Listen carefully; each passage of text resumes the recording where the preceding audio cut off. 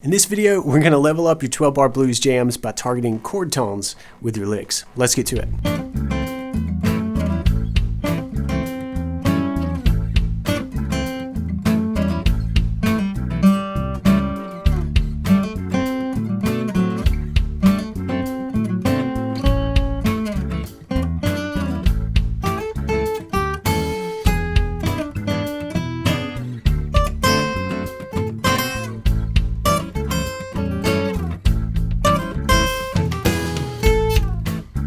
Hey, John here with your Tuesday Blues. Each week here on the channel, we cover tips, tricks, and tutorials to help you play better blues on the guitar. If that sounds like something you're into, click the subscribe button so you don't miss a lesson. And now, let's get into a fantastic way to level up your blues solos. A great blues lead is really all about playing the right notes. And the best part is, you don't have to play fast or flashy licks here. You just have to hit the right notes at the right time. Back in Tuesday Blues 337, we put a tiny 4-note box pattern to work in a jam, and then we move that 4-note box around the fretboard to get you up and jamming as fast as possible. As a follow-up, in Tuesday Blues 341, we added one note to the box to round out the minor pentatonic scale and start connecting different parts of the fretboard in a much more musical way. Now, these lessons are a great 1-2 punch for getting up and running, jamming along to a blues groove, but there's so much more to jamming, and today we're going to incorporate target tones that match the chords that you're jamming over. What are target tones? Target tones are tones from the chord being played. Now, what I like about using target tones, or simply chord tones, is that when you use them in your leads, you're guaranteed to play notes that sound good. Your leads will fit the music. Let's see this in action over an A7 chord, whose notes are A, C sharp, E, and G. 1, 2, 3, 4.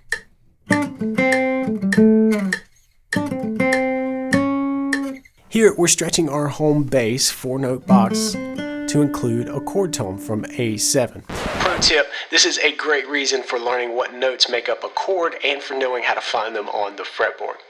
In this case, the chord tone that we emphasized is the major third of the chord, C sharp. Notice that another great option would be the G note, the minor 7th. Let's try that. 1, 2, 3, 4.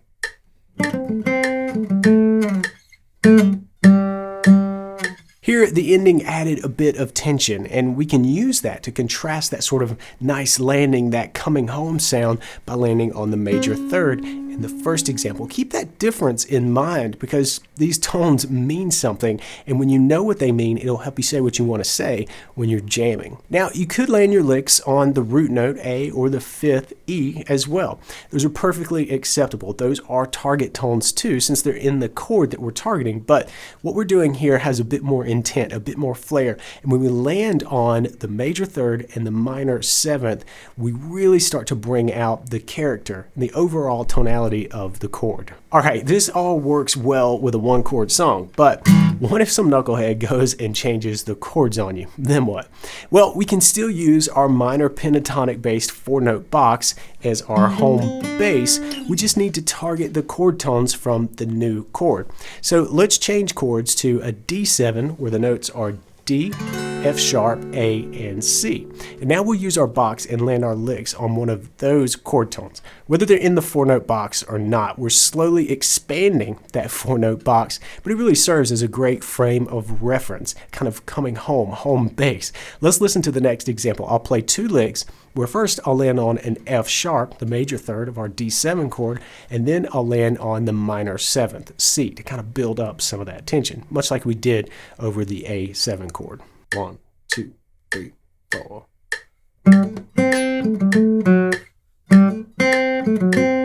In a typical 12-bar blues pattern, the 1 chord and the 4 chord interact a lot. We're going to change from the 1 to the 4, from the 4 to the 1, quite a lot.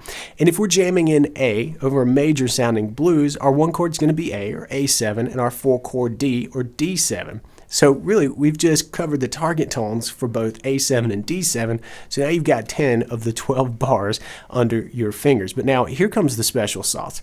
Notice how we created tension by landing on that C note when we finished the D7 licks. Well, we want to resolve that tension to one of our A7 chord tones because we're going back into A7. Again, a lot of blues moves between the 4 chord and the 1 chord. So now let's jam over the D7, but then let's resolve up to a chord tone. Let's use the C sharp of A7. 1, 2, 3, 4.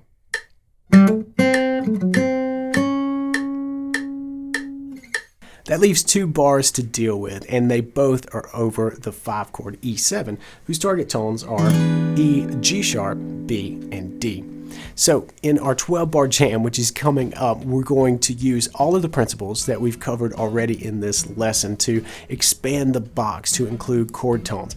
And we're going to pay close attention to target the 3rd or the 7th of the chords that we're playing over, and we're going to try to manage that tension and resolution. Let's hear this in a full 12-bar jam. But before we do that, I gotta say this. Keep in mind, this is an example. The big takeaway from this series of lessons is to arm you with a strategy to create a nice jam of your own on the guitar using your voice to get your ideas across. So have a go at this jam. You can download the backing track and you can pick it up at the link in the description. If you do jam along, definitely record it and post it to Instagram and tag Blues Guitar Institute. I cannot wait to see what you come up with. But now let's get to the jam at hand.